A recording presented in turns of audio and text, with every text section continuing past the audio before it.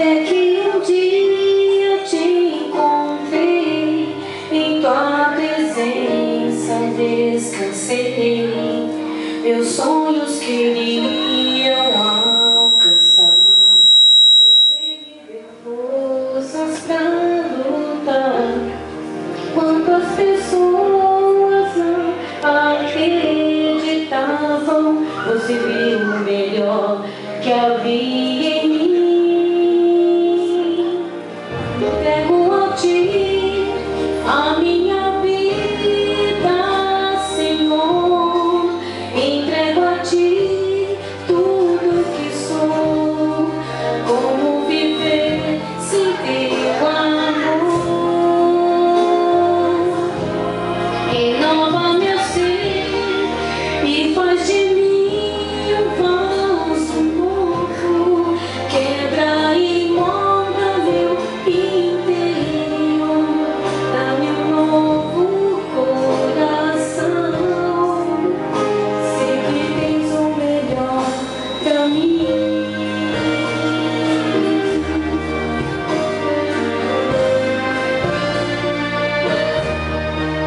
Eu te agradeço, meu Senhor, por tua bondade e teu favor, ao entregar Jesus na cruz, pra morrer em meu lugar, num mundo carente de amor, onde existe luta e dor. Eu quero ser a tua voz, levando paz aos corações. Entrego a ti a minha vida, Senhor. Entrego a ti tudo que sou. Como viver sem teu amor? Renova meu ser e faz de mim um vaso novo. Quebra e molda meu interior.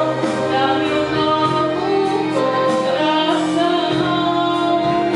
Sei que tens o melhor pra mim. Entrego a ti a minha vida, Senhor. Entrego a ti tudo que sou. Como viver sem teu amor? Renova meu ser e faz de mim um vaso novo. Quebra e molda meu interior. Dá-me um novo coração. Sei que tens o melhor pra mim.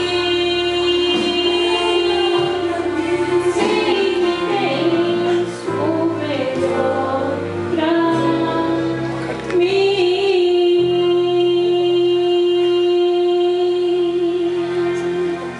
Amém. Unidos, 4 na Suíça. Com certeza hoje nós teremos várias experiências maravilhosas aqui para contar. O pastor Eric também está acompanhado da sua esposa Sofia, isso mesmo. E ele é responsável também por algo que me chamou a atenção e é muito interessante pela tradução de um projeto que se chama Traduzido para o Português Pegadas, que vem como a fonte, como algo primordial ao evangelismo. Capelão anteriormente da escola de Vila Galvão, ele foi responsável por ganhar várias almas, né, para a honra e glória de Deus. É um projeto muito interessante que levou muitas pessoas a conhecer Jesus. E que Deus seja louvado por isso. E as palavras que fizeram agora são todas suas. Eu não sei se vai dar microfonia daqui. Dá ou não? Pode ficar tranquilo aqui? Se não, subo. Enfim. Boa noite a todos vocês. Boa noite. Que alegria nós estarmos aqui. Realmente é um momento de grande alegria estar mais uma vez aqui em Bocoúva. Eu estive estive aqui o ano passado, a convite para fazer 2 capelas. E, enfim, vira e mexe, nós estamos aqui em algum treinamento, vendo alguns irmãos. Então, para mim, hoje já consigo ver algumas faces que já vi algumas vezes, já não é tão desconhecido. Faz 1 ano e quase 6 meses que nós voltamos para a Pátria Amada Brasil. Estive 16 anos morando fora do país e, sem dúvida, 4 anos na Suíça e 12 nos Estados Unidos. Trabalhei no nosso colégio, na nossa universidade adventista em Massachusetts, o Atlantic Union College, e também trabalhei como pastor distrital. Este ano nós estamos trabalhando no Jardim São Paulo, bem próximo daqui. E para mim é uma alegria, e para minha esposa, estarmos aqui nessa semana jovem. E eu gostaria de falar de algum tema, mas deixa eu perguntar uma coisa: quantos trouxeram suas Bíblias? Deixa eu ver. Quantos trouxeram suas Bíblias? Amém? Nós vamos fazer um estudo bíblico hoje. Eu não sei se vai dar tempo de contar muitas experiências, né? Porque nosso tempo também não é tão extenso assim, né? Mas quem sabe 1 ou 2 experiências a gente pode contar sem dúvida nenhuma. Foram momentos marcantes na minha vida. Eu nunca tinha trabalhado no Brasil, né? Sempre trabalhei na América do Norte, na divisão norte-americana. Enfim, estar trabalhando aqui está sendo uma maravilha. O Brasil, sem dúvida nenhuma, é referência mundial no quesito Igreja Adventista do Sétimo Dia. E nós estamos muito felizes, eu e minha esposa, moro bem próximo de vocês aqui. Enfim, vamos abrir a palavra de Deus. Eu creio que eu vou ficar aqui em cima. Não teria nenhum problema não para vocês? Pode ser? Pode? Então, com licença. 10 mandamentos são azuis.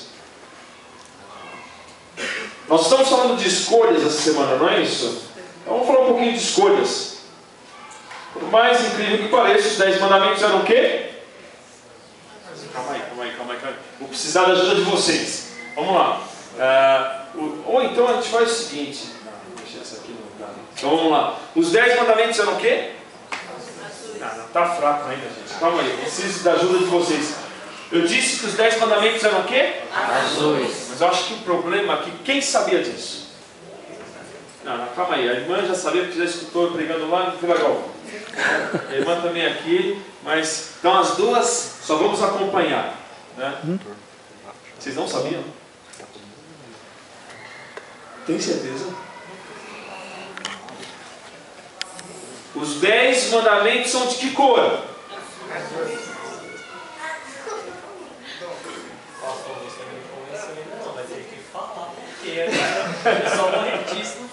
Então vamos abrir a Bíblia. Vamos abrir as nossas Bíblias. Hoje a gente vai fazer estudo bíblico. Pode ser?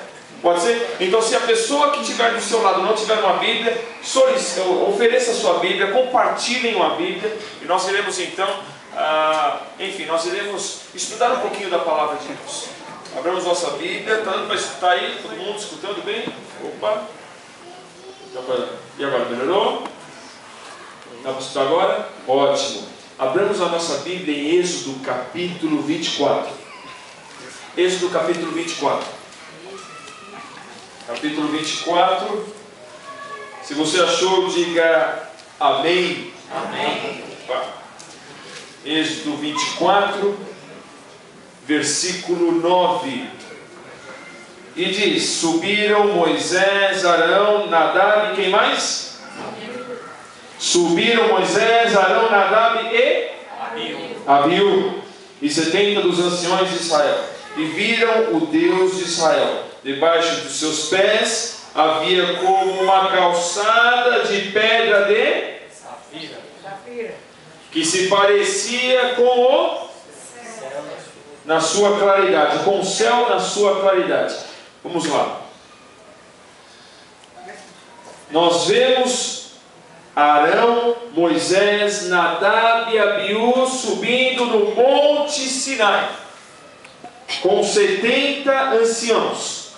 Todos estavam subindo e eles viram o Deus de Israel. Eles viram e o Deus de Israel, e viram também uma calçada de pedra de safira que se parecia como o céu. Já viu o céu bem clarinho, sem nuvens? Que cor que é o céu clarinho, sem nuvens? Azul. E essa calçada era de cor de pedra de safira, que parecia-se com o céu na sua claridade. Mas Deus não estendeu a sua mão contra os escolhidos dos filhos de Israel. Eles viram a Deus e comeram e beberam. Geralmente, quando nós fechamos negócios, os grandes empresários, após fecharem seus negócios, eles geralmente comemoram, não é verdade? De que maneira eles comemoram? Comendo, não é verdade? Comendo. Quando as pessoas se casam, normalmente, após o casamento, o que elas fazem? Elas celebram comendo, não é verdade? É interessante que quando você firma um compromisso, né, você geralmente tem uma celebração, onde as pessoas comem, onde as pessoas bebem. O casamento mesmo, a festa do casamento, ela comemora o compromisso dos noivos, de se unirem, de estarem vivendo juntos. Quer ver um exemplo bíblico? A Santa Ceia. A Santa Ceia, o pão que nós comemos, o suco de uva que representa o vinho, o corpo de Deus, é um compromisso, é uma celebração do compromisso que estamos naquele momento tomando com Deus. Então nós vemos aqui Nadab, Abiú, Arão, quem mais? Moisés e os 70 homens comendo a comida preparada por Deus. Já pensaram que gostoso? Já pensaram que gostoso que deve ter sido esse alimento, essa comida? Enfim. Então disse o Senhor a Moisés: sobe a mim ao monte e espera aí, e dar-te-ei tábuas de pedra. Pedra da onde? Enfim, vamos agora para o livro de Ezequiel. Vamos para o livro de Ezequiel. Abra suas Bíblias em Ezequiel. Depois de Jeremias, Lamentações, Ezequiel capítulo 1. Capítulo 1.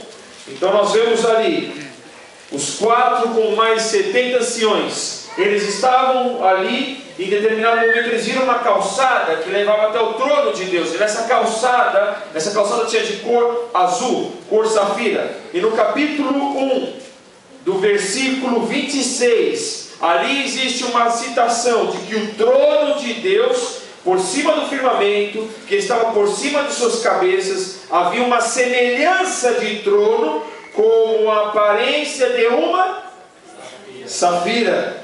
E sobre a semelhança do trono, havia como que a semelhança de um homem no alto sobre ele. Quem é este homem? Deus, muito bem. Jesus, um título que ele gostava de usar muito. Ele era o Filho do Homem. Se você for Ezequiel, capítulo 10, versículo 1, você vai ver uma outra visão de Ezequiel, que conta claramente ali: olhei e vi no firmamento, que estava por cima da cabeça dos querubins, aparecer sobre eles uma como pedra de safira, semelhante à forma de um trono. Então eu mostro para vocês aqui 2 versículos que mostram claramente que o trono de Deus é de que cor? De que pedra? Safira. A calçada, de que cor que era? Azul. E de que pedra? Safira. Muito bem. Então vamos voltar agora em Êxodo 24, versículo 12. Vamos voltar para o mesmo capítulo e versículo que nós estávamos anteriormente. Êxodo 24, versículo 12. Então nós vemos ali: então disse o Senhor a Moisés: sobe a mim ao monte, espera ali, dar-te-ei as tábuas de pedra, e a lei e os mandamentos que escrevi para os ensinares. Eu e você sabemos que Jesus, que Deus propriamente escreveu os 10 mandamentos, mas muito mais do que escrever. Ao irmos para Números, versículo 16, se você for um pouquinho mais para frente, antes de Números 16, deixa eu passar para vocês uma outra, Êxodo 32, vamos para Êxodo 32, Êxodo 32, versículo 16. Ao eu e você irmos para Êxodo 32, versículo 16, ali diz: aquelas tábuas que Deus iria dar a Moisés eram obras de quem? De Deus. E também a escritura era a mesma escritura de quem? Deus. Esculpidas nas tábuas. Quando eu e você voltamos ali para Êxodo, a única pedra que é mencionada naquele capítulo, a única pedra que é mencionada é a pedra de safira, cor azul. Então eu digo para você que os 10 mandamentos foram esculpidos da pedra azul, da pedra de safira. Aí você vai falar assim: nossa, eu nunca tinha ouvido falar sobre isso, que coisa interessante. Mas existe muito mais por detrás disso. Vamos abrir agora nossas Bíblias em Números capítulo 15. Números capítulo 15. Números capítulo 15. Eu falei que hoje eu ia fazer um estudo bíblico com você. Números capítulo 15, versículo 37. Quem achou, diga amém. Opa, ainda não encontraram todo mundo. Números 15, versículo 37. Números 15, 37 diz o seguinte: disse o Senhor a Moisés. Quem é que disse aqui? O Senhor fala aos filhos de Israel e diz-lhes que por todas as suas gerações façam franja nas bordas das vestes e ponham nas bordas das vestes um cordão. Está fraco, gente. Calma. Eu preciso de mais resposta aqui. Que cor que era o cordão? Azul. Azul, muito bem. Será que agora Jesus, será que agora Deus está virando um estilista? Será que agora Ele está fazendo um week fashion com o povo de Israel? Por que Ele pede para que eles façam nas franjas das bordas das vestes um cordão azul? Qual que é o sentido? Por que Deus agora inventa essa nova moda?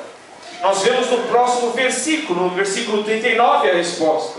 Tereis estas franjas para que, vendo-as, vos lembrais de todos os mandamentos de quem? Do Senhor, para que cumprirdes e não correrdes após os vossos corações, nem após os vossos olhos, após os quais andais adulterando.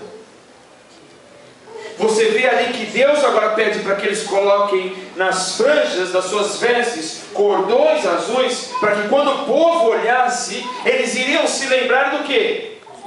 Dos mandamentos de Deus, que eram feitos da pedra de safira. Da pedra de safira. Que cor que era a pedra de safira? Azul. Azul, muito bem. Agora, que interessante é que ele pede para que eles façam esses cordões azuis, para que eles não adulterem os mandamentos. A palavra adulterar, ela tem como princípio central você modificar algo que é real, algo que é concreto.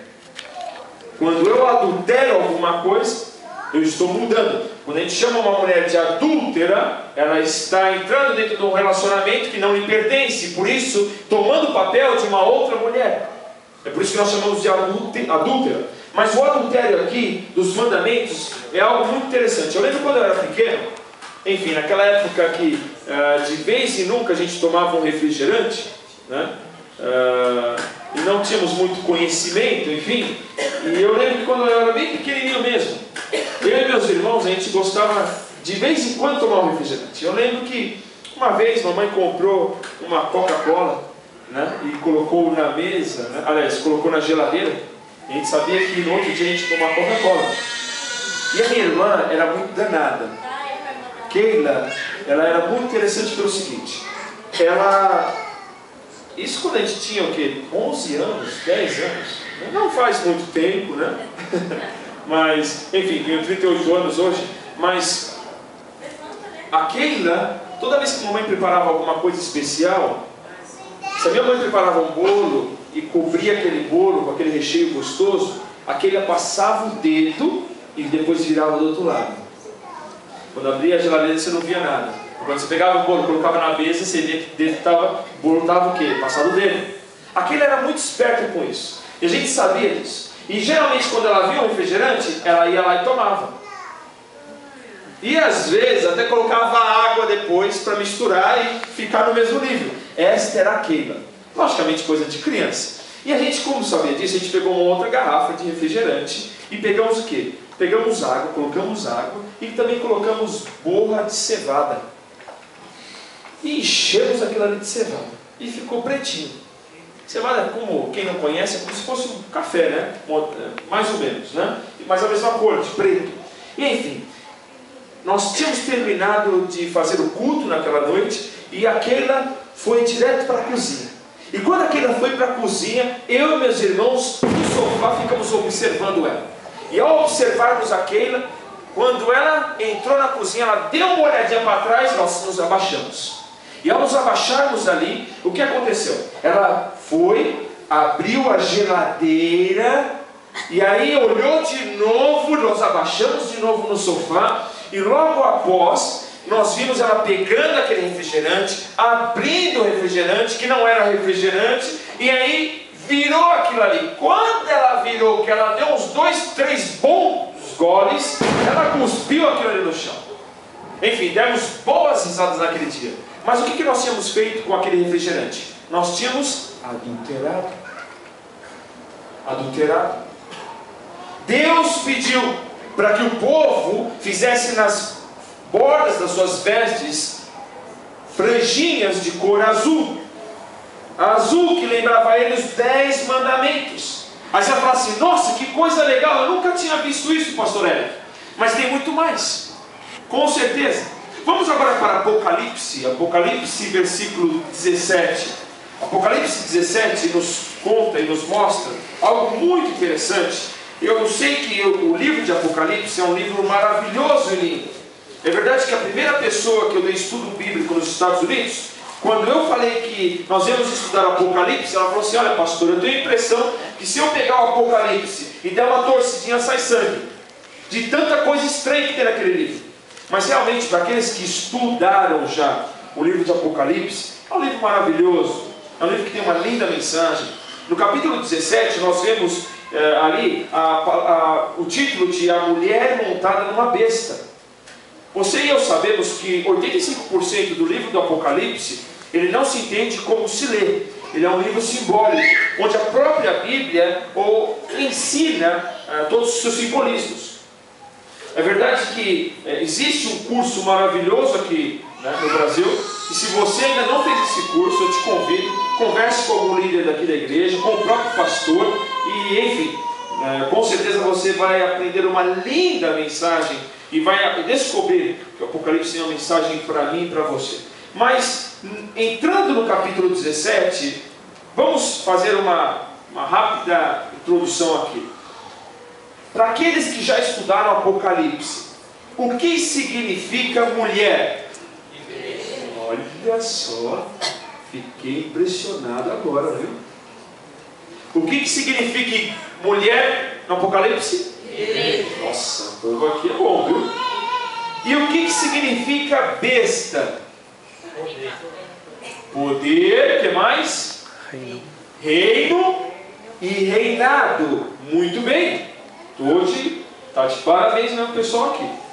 Então nós vemos que uma mulher montada numa besta, eu e você não entendemos. Mas se você pegar uma mulher e você traduzir isso para uma igreja que está por cima de um rei, por cima de um reinado, Aí é mais fácil de entender. Quer dizer, uma igreja que domina o rei, uma igreja que tem muito poder e domina um reinado, uma igreja que tem muito poder. E nós vemos ali no versículo 4 os destaques, né? Esta mulher estava vestida de púrpura, de escarlate, e adornada com ouro, pedras preciosas e pérolas, né? Tinha na mão cálice do ouro, cheio das abominações e da imundícia da sua prostituição.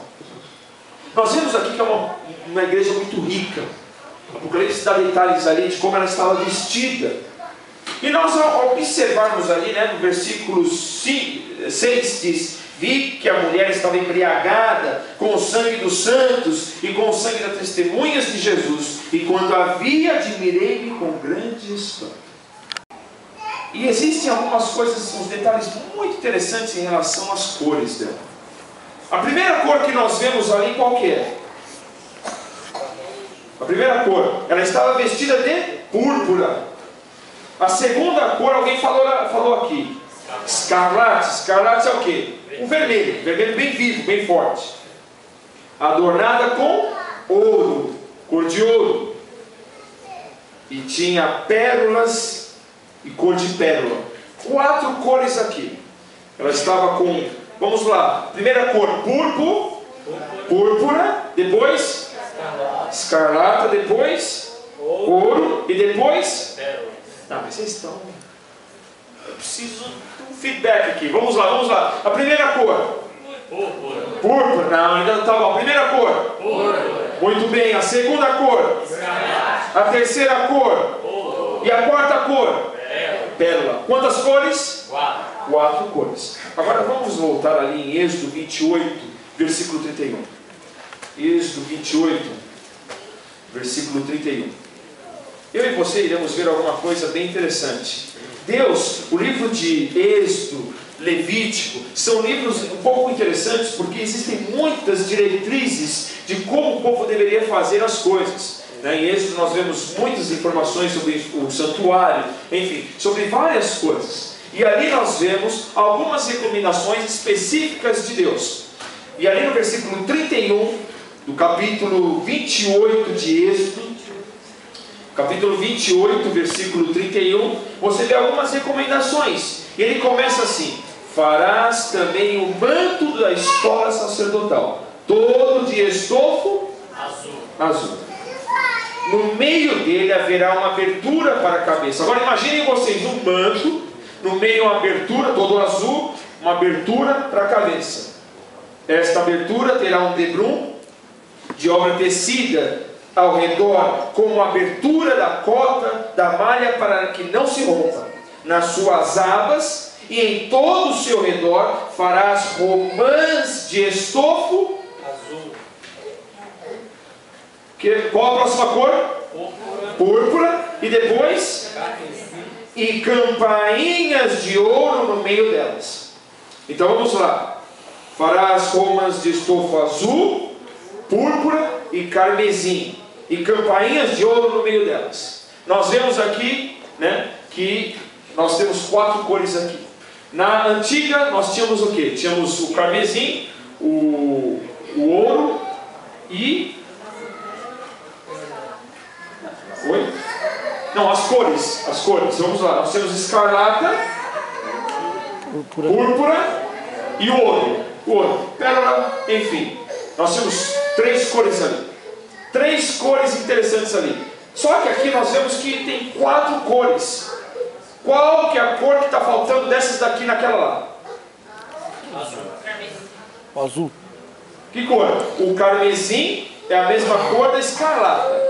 Qual cor que está faltando, que tem a mais aqui que não tinha lá? Azul. Qual cor? Azul. Por que Apocalipse chama aquela igreja de adúltera? Porque ela não tem que cor?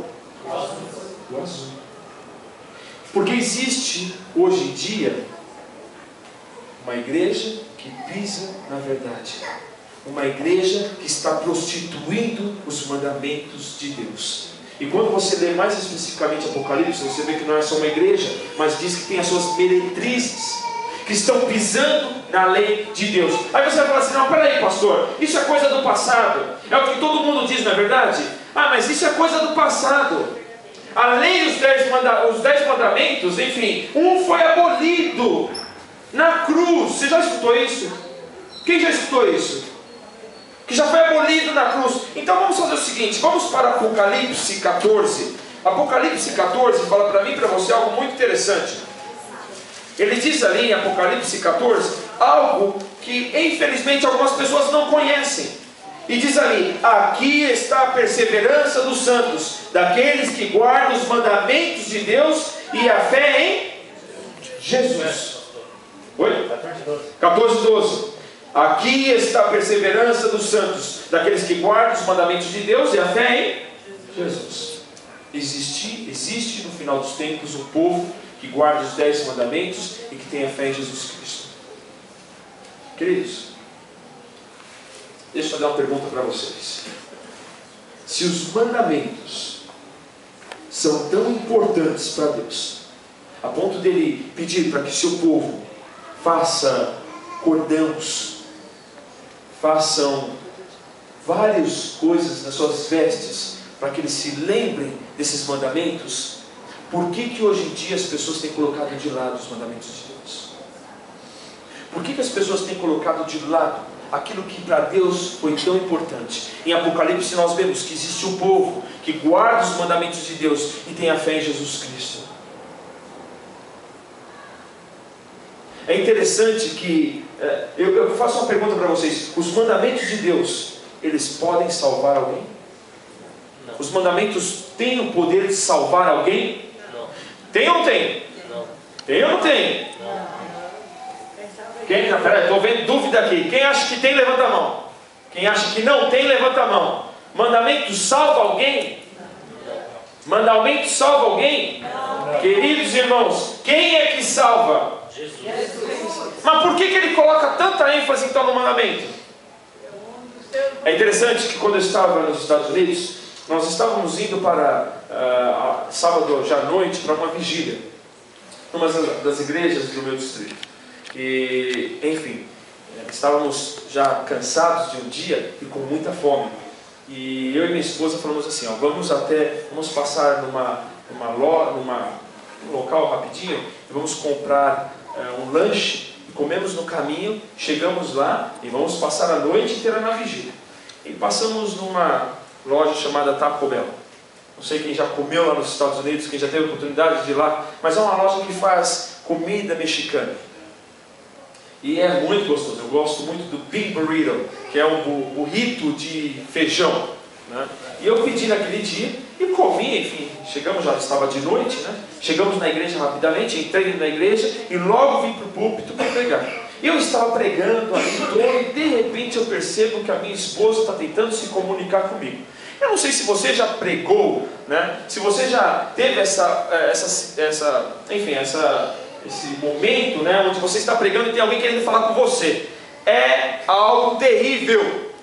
Terrível, porque você não pode parar o sermão e falar assim, querido, querida, irmão, o que você quer falar comigo? Não dá, porque aqui, enquanto eu estou falando com você, já estou pensando que eu vou falar na próxima frase. É algo muito rápido, sistemático. Enfim, minha esposa tentando falar comigo, eu numa plateia de pessoas me observando como vocês estão, e eu tentando descobrir o que ela estava falando comigo, mas não podia perder o passo, nem o ritmo do sermão. Em determinado momento, eu ali, todo preocupado, sem saber o que fazer, sem saber o que estava acontecendo, eu coloco a mão na minha barguia, desse jeito, estava fechadinha. Não era então o zíper que estava aberto. Então o que estava acontecendo? Naquele momento então eu faço assim, ó, passo a mão no cabelo. Será que é o cabelo que está bagunçado? E olho para ela e ela, não é isso. E eu falei, agora, o que será que está acontecendo? Eu pego e dou uma ajeitada na gravata, mas eu percebo que os botões estão corretos. Olho para ela, ela continua querendo me dizer alguma coisa, só que eu não estava entendendo. Enfim, terminei o sermão. Quando eu saio na saída, os irmãos vêm me cumprimentar, ela chega do meu lado e ela fala, querido, eu falo assim, o que está acontecendo? Você tem uma casca de feijão no seu dente. Queridos, que coisa terrível. Se eu tivesse um espelho ali naquela hora, com certeza eu não teria passado por este mico. A lei, ela funciona da mesma maneira. A lei, ela mostra para mim onde estão os meus defeitos. Agora, a lei tem poder para corrigir os meus defeitos. Quem é que tem poder? Jesus. Jesus tem poder. A lei, ela te conduz à salvação. Eu percebo que eu estou em falta. Eu percebo que eu não tenho condições. Eu percebo que eu não consigo. Eu percebo que eu tento, eu luto, eu batalho, eu não consigo. E nesse momento, quando eu sinto que não há solução para mim, quando eu sozinho não tenho força, eu corro para quem? Para a única salvação. E é esse Jesus que transforma a minha vida. É esse Jesus que me dá poder. É esse Jesus que fala, agora vai, filho. É por isso que quando você pega os 10 mandamentos, os primeiros 2 versículos diz o quê? Os primeiros 2 versículos, se você tirar os 2 versículos, os primeiros 2 versículos dos 10 mandamentos, ninguém consegue seguir aquilo. Diz, eu sou o Senhor teu Deus. Eu sou o Senhor teu Deus. Fui eu que te tirei da terra do Egito. Sou eu que te tiro da escravidão e do pecado. Depois que eu tirar você do Egito, depois que eu tirar você do pecado, aí agora você segue os meus mandamentos. É sempre Deus que nos dá a força. É sempre Deus que nos dá o poder. Deus, Ele quer falar com você hoje nessa noite. Deus quer falar com você amanhã de manhã. Deus, Ele quer falar com cada um de nós. O que Deus quer falar contigo? O que Deus quer falar com você? Isso é muito importante. Eu lembro que estava em 2007 e logo quando caiu a grande recessão nos Estados Unidos. Queridos, foi algo dramático. Foi algo muito, muito difícil. Para vocês terem uma ideia, um dos meus anciões, antes da recessão, era uma igreja próxima. Era uma igreja de... Uma dessas igrejas que eu estou falando para vocês, não era nem igreja, era um grupo. Foi quando logo eu cheguei. E o grupo, que não tinha ainda número de igreja, que tinha umas 60 pessoas, estava ali, aliás, na época tinha 40 pessoas, depois nós levamos a 70 pessoas, quando ele se tornou igreja, depois foi a 100 pessoas. Era um grupinho que tinha um poder aquisitivo financeiro muito bom. Para você ter uma ideia, um dos meus anciões, ele virou para mim e falou o seguinte: pastor, eu tenho 2 anos nos Estados Unidos, eu já tenho uma renda no banco de $500 milhão. Uma igreja próspera, quando a crise caiu, quando a recessão veio, e como que funcionou mais ou menos isso? Cada semana era o pessoal fazendo uma festa, que estava comprando uma casa. Só que como eles compravam uma casa? Eles compravam uma casa, onde eles iriam pagar mais ou menos o mensal da casa, né? O que paga-se mensalmente. Eles iriam pagar, vamos dizer, $2.000. O marido ganhava seus 2.500. Então eles iam pagar $2.000 ali por mês na casa. A esposa ganhava mais seus 2.000. Então o que ele pagava ali, dava tranquilo, a esposa cobria os custos da casa. Só que o que aconteceu? Quando a crise deu o seu início, inicialmente, as pessoas começaram a tirar o dinheiro do mercado. E ao tirar o dinheiro do mercado, pouco a pouco, quem tinha dinheiro, e geralmente eles fizeram os contratos para 3 anos, 5 anos, naquele juro fixo, onde não muda. Mas depois desses 3 anos e 5 anos, os juros iriam ficar o quê? Volúvel à economia. E o que acontece? Depois desses 3 anos, 5 anos, eu pagava 2.500, agora com juros altos, eu ia pagar 4.000. Agora imagina você que tem uma renda de $5.000, você pagar agora só de 4.000 na casa e o resto. Como vive? Como paga as contas? E foi nesse momento que o pessoal falou assim: eu não aguento. E foi chegando no banco falando assim: ó, tá aqui, ó, tá aqui. Tinham investido dinheiro, reformado casa, tudo, e começaram a dar casa. Aí muitos brasileiros naquela época, o que eles faziam? Eles compravam uma casa de $200.000, depois eles pegavam e colocavam mais superfaturavam ela, como se tivessem comprado por 250, pegavam 50 mil dólares e ajuntavam uns 10, 15 brasileiros, iam lá, reformavam a casa e ele vendia por 400 a casa. Quer dizer, em 1, 2 meses ele fazia mais ou menos o quanto? 100, 150 mil dólares de lucro, limpo. Tirando ali 50 mil dólares para pagar para os funcionários, era 100 mil dólares para ele. Quer melhor negócio do que esse, gente? Se em um mês fazer 100 mil dólares, 200 mil dólares, era isso que estava acontecendo. E aí o pessoal começou a gastar com isso, gastar com aquilo, compra isso, compra aquilo. Mas depois veio a crise. Eu comecei a entregar a casa, outro entregava a casa, aquele negócio todo. Quer dizer, eu tenho uma casa que vale 400 no mercado, porque eu acabei de reformar ela. Só que o problema é que tem mais 4, 5 casas na mesma rua, que está sendo entregada, e agora o banco tem que abaixar o preço para concorrer. Então aquela casa que valia 400, agora eu tenho que vender ela por quanto? Por 300, agora 200.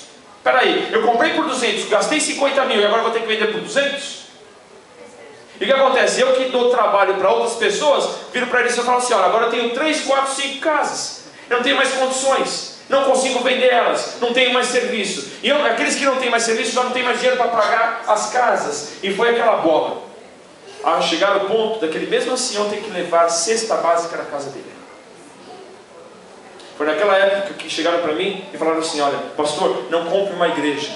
Nós tínhamos acabado de tornar aquele grupo igreja. E eles queriam comprar uma igreja, e que 2 anos atrás eles tentaram comprar por 400 mil dólares, e depois no último minuto subiram para 450. E foi naquele momento que eu falei assim, compra ou não compra? E agora?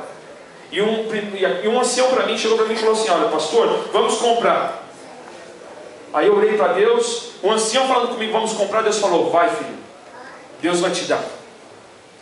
Cheguei, fui no banco, ver aquela mesma igreja que eles queriam comprar. Aquela igreja vendeu o templo dela para comprar uma agora de 1 milhão de 800 mil dólares.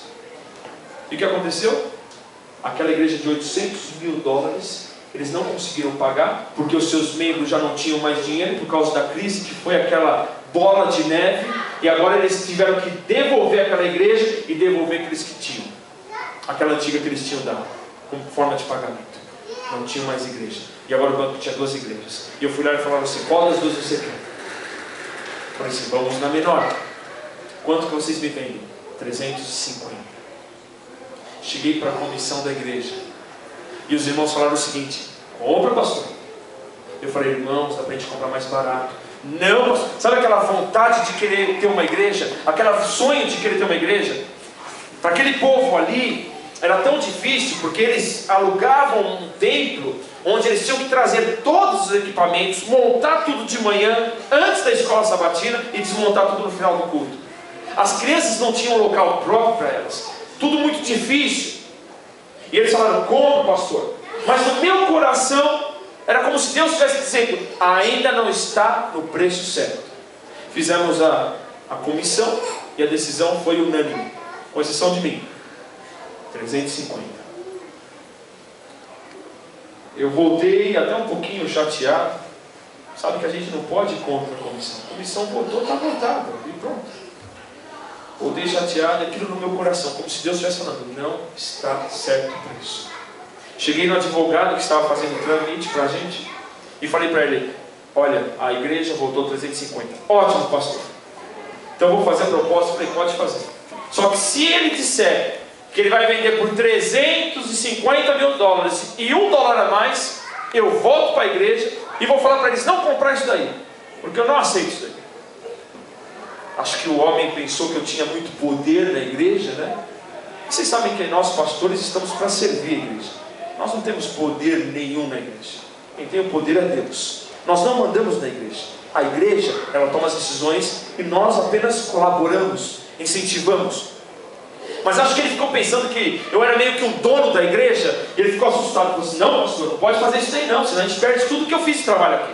Eu falei assim, mas eu não acho justo pagar isso, mas a igreja votou, vai ser isso. Ele falou assim, não, então vamos fazer o seguinte, pastor, vamos jogar menos.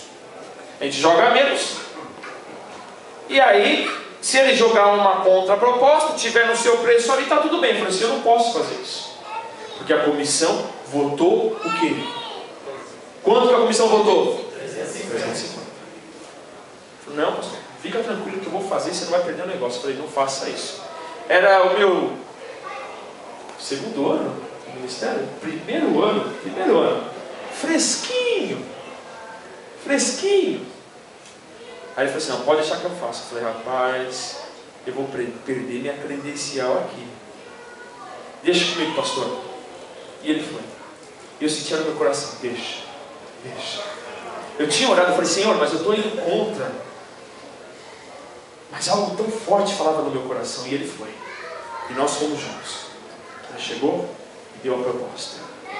E o banco aceitou. Por 250 milhões. 100 mil dólares a mais. Agora eu cheguei na comissão.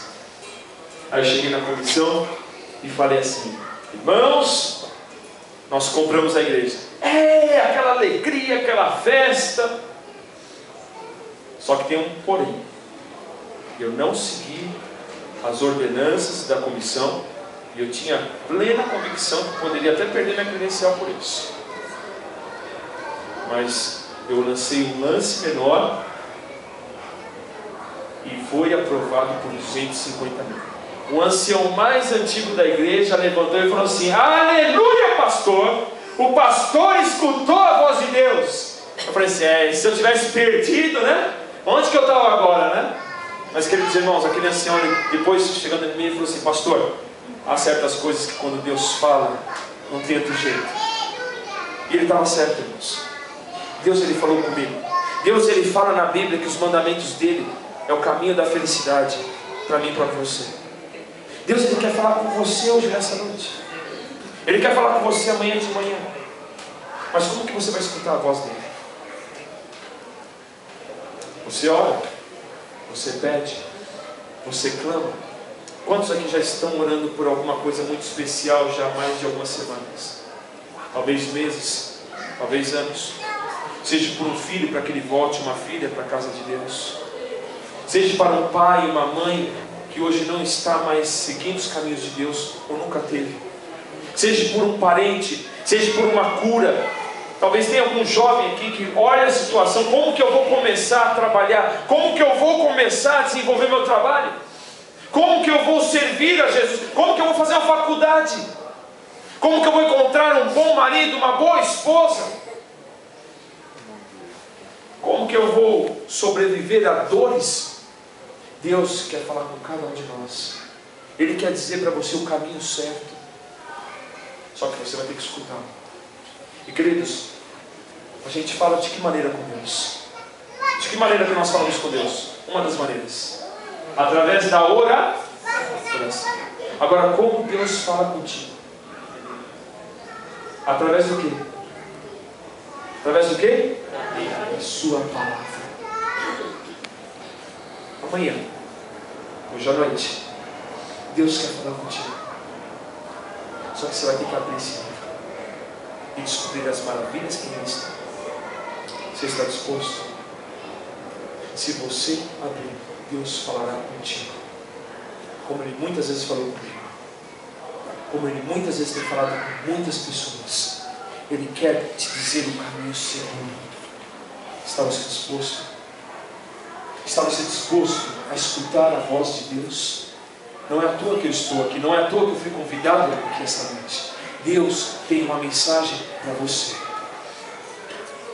Eu não sei o que você tem passado. Eu não sei quais são as dificuldades que você tem vivido. Eu não te conheço, talvez. Mas eu não saiba os seus problemas. Mas eu conheço alguém que te conhece muito bem. Ele tem a resposta. Talvez tenha alguém aqui que esteja passando pelo vale da sombra e da morte. Talvez alguém esteja aqui vivendo um momento muito delicado e difícil. Alguém que está querendo escutar a voz de Deus. Porque se Deus falar comigo, se Deus falar contigo, eu tenho certeza que você vai seguir a vontade dele. Deus quer falar contigo. Deus tem um plano na sua vida. Nós iremos ter uma mensagem agora. Uma mensagem musical. Enquanto essa mensagem estiver sendo cantada, eu gostaria de que você falasse com ele o que você quer que ele fale contigo. E se você estiver pronto para que ele fale com você, você se coloque de pé. Porque eu vou orar para que Ele fale com você essa noite. Antes de você dormir, quando você abrir sua Bíblia. Amanhã de manhã, quando você abrir sua Bíblia, sua meditação, a sua lição, Deus vai falar contigo. Do mesmo jeito que Ele tem falado, do mesmo jeito que Ele tem tentado falar com cada um de nós, com o seu povo de Israel. Eu vou estar orando pela sua decisão, para que Deus fale contigo. Porque se Ele falar contigo, eu tenho certeza que você vai descobrir o caminho da felicidade. A escolha é sua, é somente sua. Se você quiser que Ele fale com você, Ele vai falar. Ele não pode te forçar. Eu estarei orando pela sua decisão. É interessante que quando vemos a vida de Paulo, nos últimos momentos, talvez, da sua vida, quando ele já estava de cabelos brancos, talvez de mãos trêmulas, um ancião, preso na masmorra de Nero. Ele diz essas palavras memoriáveis: não digo isso por causa de necessidade, pois já aprendi a contentar-me em toda e qualquer situação. Ele diz que ele aprendeu a contentar-se, ele aprendeu a ser feliz. Imagine, às vezes eu fico pensando, será que ele tinha direito a banho todo dia? Creio que não. Será que ele tinha uma cama gostosa para dormir, quentinha? Não. Ele estava preso ali para apenas estar fazendo o trabalho de Deus. Quantas refeições ele comia durante o dia? E que tipo de refeição que ele comia? Pois ele diz ali: aprendi a contentar-me. Eu sou feliz, eu aprendi. Talvez levou tempo, mas ele aprendeu. E ele diz: sem passar necessidade. E ele estava passando necessidade. E também sem ter abundância. Um homem que tinha dupla cidadania no Império Romano. Ele era romano de pai, e ele era judeu por parte de mãe.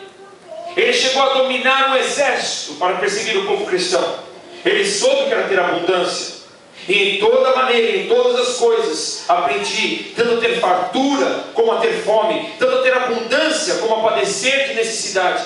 Para você que se levantou, qual que é o segredo? Qual que é o segredo? Ele diz no próximo versículo: posso todas as coisas naquele que me fortalece.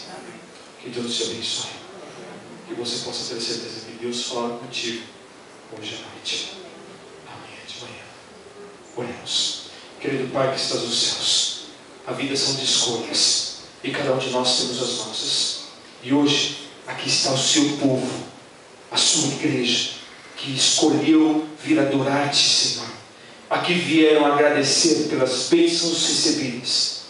Eu tenho certeza que aqui há muitas pessoas de coração alegre e felizes pelo que Deus tem feito em suas vidas, pela providência divina, pela segurança, pelo alimento, pela vida, pela saúde, pelo emprego, por passarem na escola.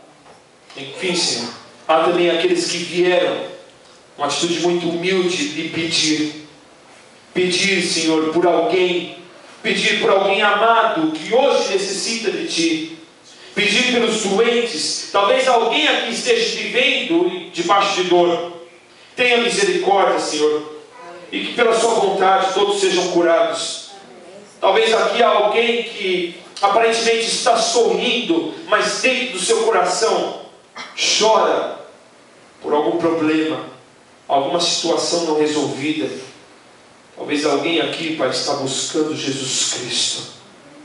Que o Senhor, na sua santa misericórdia, fale com essa pessoa hoje à noite. Fale amanhã, Pai, porque se Tu falares, eles saberão. As suas ovelhas conhecem a voz do bom pastor, pois estes vieram aqui, Pai, para escutar a Sua palavra. Que nós, Senhor, compreendamos que a Sua lei nos conduz a Jesus Cristo, o Deus da salvação. Abençoa esta semana, e que durante esta semana possamos encontrar a Jesus Cristo em nossas escolhas. Abençoe toda a liderança desta igreja, abençoe a família pastoral, abençoe a cada visitante e amigo, Em nome de Jesus. Amém. Amém.